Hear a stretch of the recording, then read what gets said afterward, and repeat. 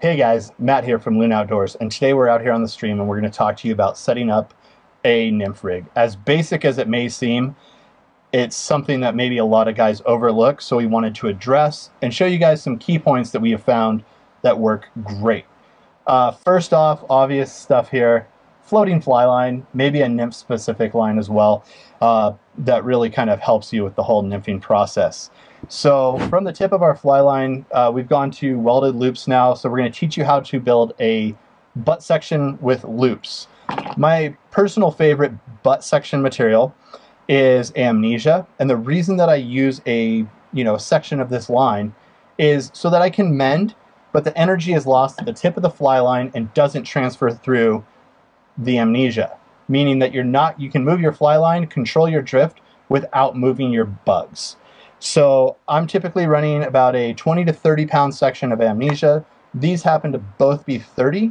When I'm guiding out of my drift boat, I have red in the back, green in the front. I know which guy to yell at in case their indicators are the same color that day. So what I have here is just a 3-foot section, and we're going to tie a simple perfection loop in here. Now I'm not going to teach you specifically how to tie the perfection loop. That is kind of a job of Animated Knots. He has really cool macrame cord and does a really solid job. It's something you can practice at home, and check out Animated Knots if you need to know more. So now that we have our loop to loop, I'm going to simply go ahead and slide my 30 pound through here, making a solid loop to loop connection. The second thing this gives me is an area in which I can encapsulate my indicator and adjust the depth of my drift. So what we'll do is, again, another perfection loop up front here. And you can make them as big or as small as you want, and once you get the hang of it, it's fairly simple.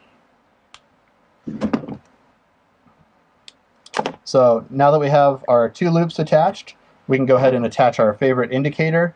If you're into the ball style indicators, that's great. If you're into something a little bit more sensitive, you might also want to consider going back to yarn. It lands a lot softer and is much better for spooky trout. So we'll get this guy threaded on here. This guy also, but this gives you this great area of adjustment through here. So as my water changes, I can take up 2 to 3 feet of depth really easily. So for our drop line or our main line, I'm not using a tapered leader. The river water at the top of the river, as the river flows, is faster, and that's why trout live at the bottom. So the wider diameter at the top of a tapered leader is really going to make you mend more and manage your drifts more, which is probably going to, at the end of the day, mean that your flies are moving more and unnaturally, leading to less hookups. So I like to use either 10 pound or 15 pound, somewhere in that range, so 0x, 2x, depending on if you're fishing for steelhead or if you're fishing for, trout. So we'll go ahead and peel off 6 feet of line here. It's a good starting point. Obviously, you want to adjust the depth of your system to 1 to 1.5 times the depth that you're fishing. So again, I do a perfection loop right here. And you don't cut the wrong side.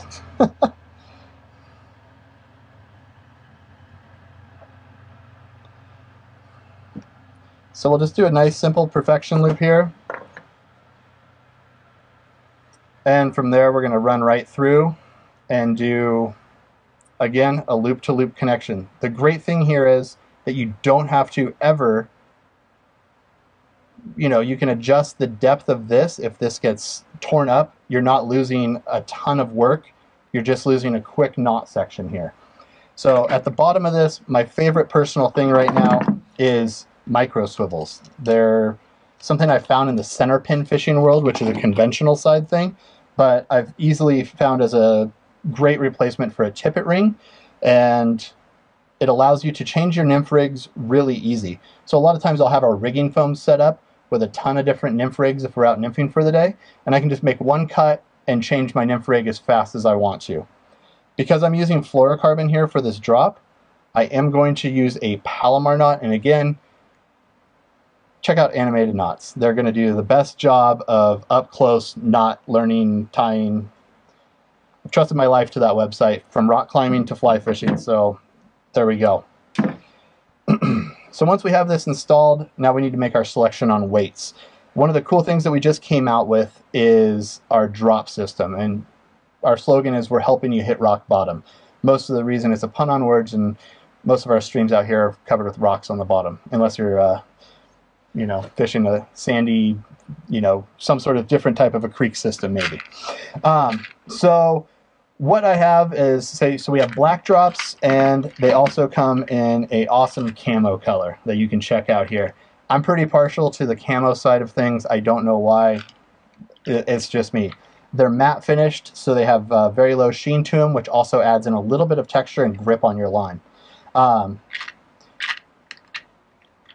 they come in all these different pots and different configurations. I'm sure I could sit here and bore you for 5 minutes with everything, but we'll just go through the meat and potatoes of it here. But check them out; they're pretty darn cool. So what I do is I'll go ahead and crimp that on, and there's a relief cut actually on the back. So say if we got into a fishing situation, you needed to adjust this, slide this, you can come in on the back side and simply reopen the actual weight. And say we're fishing a nice shallow riffle and we needed to bump that up, and we wanted to fish down a little bit. So there you go. Reattached, good as new. So when it comes to attaching flies, like I said, I'm using the rigging foams a lot of times. It allows me to do quick fly changes. Say if I see a different bug coming off or a different water situation, maybe I want to switch to soft tackles for a little bit slower water, more suggestive, versus heavier nymphs for plunge pools and stuff. So you're going to tie off of here, and there's tons of different ways that you can go ahead and do that. I mean, guys tie, you know, from the hook bend to the eye. I tie Palomar knots a lot of the time, or you can do blood knots and do like the Christmas tree looking rigs. That's going to be really all up to you and your fishing preference. They all do work. They all do catch fish. So at the end of all this, we'll just walk back through the system one more time here, kind of untangle all this mess. We have our butt section, about 3 feet, that we have to slide and adjust our strike indicator, aka bobber. We have our drop line, 6 feet, 10 feet, whatever you need to get down to the bottom. And then we have our weight system and a swivel or a split ring leading to our multi-fly nymph rigs. Hopefully this helps you guys out. If you have any questions, be sure to hit us up here at Loon Outdoors. And thanks for your time. We'll catch you next time.